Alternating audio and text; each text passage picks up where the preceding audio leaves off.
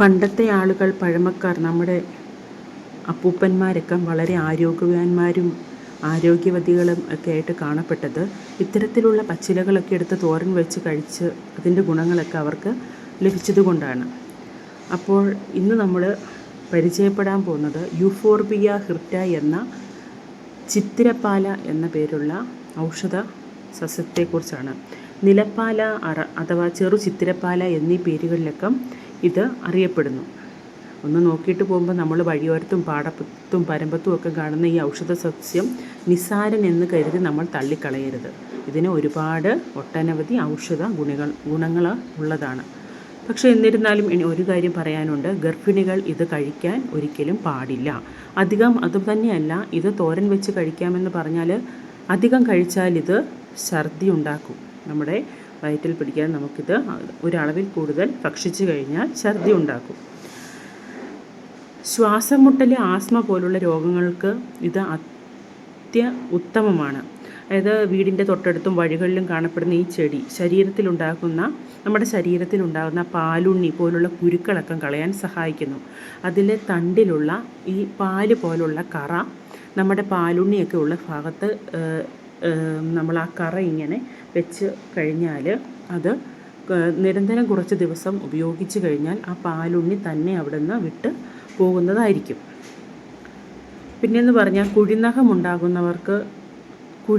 ഉള്ളവർക്ക് ഇതിൻ്റെ കറ കാലിൽ ഒഴിക്കുന്നതും ഇത് അരച്ച് കുഴിനഖമുള്ള ഭാഗത്ത് തേയ്ക്കുന്നതും പുരട്ടുന്നതും വേദന കുറയ്ക്കുവാൻ സഹായിക്കുന്നു. പിന്നെ മുഖക്കുരു, ചിക്കൻ പോക്സ് പോലുള്ള മുഖത്തെ പാടുകൾ വരുന്നതിനും ഈ പാടുകൾ നീങ്ങുന്നതിന് വേണ്ടി, അതായത് ഇല്ലായ്മ ചെയ്യുന്നതിന് വേണ്ടി ഇതിൻ്റെ പൂവും ഇലയും തണ്ടുമെല്ലാം അരച്ച് തൈരിൽ ചേർത്തതിന് ശേഷം ഒരു ഫേസ് മാസ്കായിട്ടും ഈ ചിത്തിരപ്പാല ഉപയോഗിക്കാവുന്നതാണ്.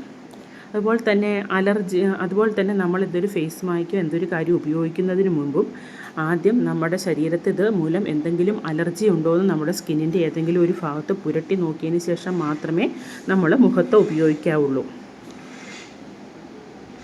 പിന്നെ അതുപോലെ തന്നെ സ്ത്രീകളിൽ ഉണ്ടാകുന്ന വെള്ളപ്പോക്കിന് അത്യുത്തമമായ ഒരു മരുന്നാണ് ചിത്തിരപ്പാല. ഒരു നെല്ലിക്ക വലുപ്പത്തിലാക്കി അരച്ച് എടുത്ത ഉരുളകൾ മോരിൽ കലർത്തി ഉപയോഗിക്കുകയാണെങ്കിൽ വെള്ളപ്പോക്കിന് ആശ്വാസമാകും. അതുപോലെ തന്നെ പാലിൽ കലർത്തിയും ഇത് കഴിക്കാവുന്നതാണ്. കുടലിൽ ഉണ്ടാകുന്ന അൾസർ പോലുള്ള രോഗത്തിന് ഇത് ഉത്തമമായ ഒരു മരുന്നാണ്. പിന്നെ മുറിവുകൾ ഉണ്ടായാൽ ഇത് അരച്ചിട്ട് കഴിഞ്ഞാൽ മുറിവുകൾ വേഗം ഉണങ്ങാനും സഹായിക്കും. അതുപോലെ തന്നെയാണ് തീപ്പൊള്ളലേറ്റ് കഴിഞ്ഞാൽ ആ തീപ്പൊള്ളലുണ്ടായ ഭാഗത്ത് ഇതിൻ്റെ ഇലകളും പൂവും തണ്ടെല്ലാം കൂടെ നല്ലപോലെ അരച്ച് പുരട്ടി കഴിഞ്ഞാൽ പൊള്ളലിനൊരാശ്വാസവും പൊള്ളൽ വളരെ വേഗം മാറിക്കിട്ടാനും സഹായിക്കും.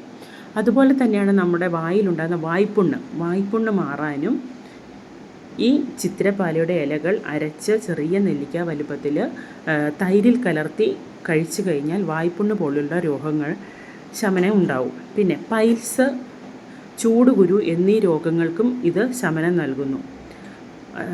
അതുതന്നെയാണ് ഭക്ഷണത്തിൽ ഉൾപ്പെടുത്തുന്നത് കൂടാതെ തന്നെ എണ്ണ കാച്ചി ഉപയോഗിക്കുക.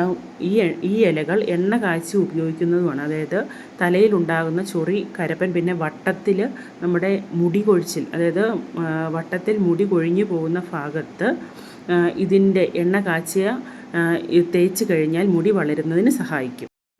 ഇത് തലയിൽ തേക്കുമ്പോൾ തേനിൽ ചേർത്ത് വേണം ഇത് തലയിൽ പുരട്ടാനായിട്ട്. പിന്നെ ഇത്തരത്തിലുള്ള പച്ചില സസ്യങ്ങൾ നമ്മൾ ഉപയോഗിക്കുന്നതിന് തൊട്ട് മുമ്പ് ആയുർവേദ ഡോക്ടറോടും വിദഗ്ധരോടും ഒന്ന് തിരക്കുന്നത് വളരെ നല്ലതാണ്. അപ്പോൾ ഇനിയും നമുക്ക് മറ്റൊരു അറിവുമായി അടുത്ത വീഡിയോയിൽ വീണ്ടും കാണാം. Tata, bye bye.